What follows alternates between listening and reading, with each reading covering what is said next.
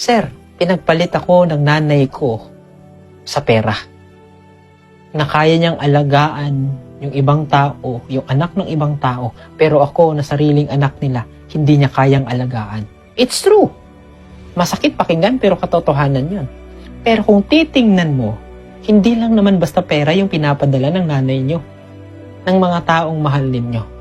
Ang pinapadala nila, uulit-ulitin ko na isaksak sa utak ninyo na hindi lang basta pera yun.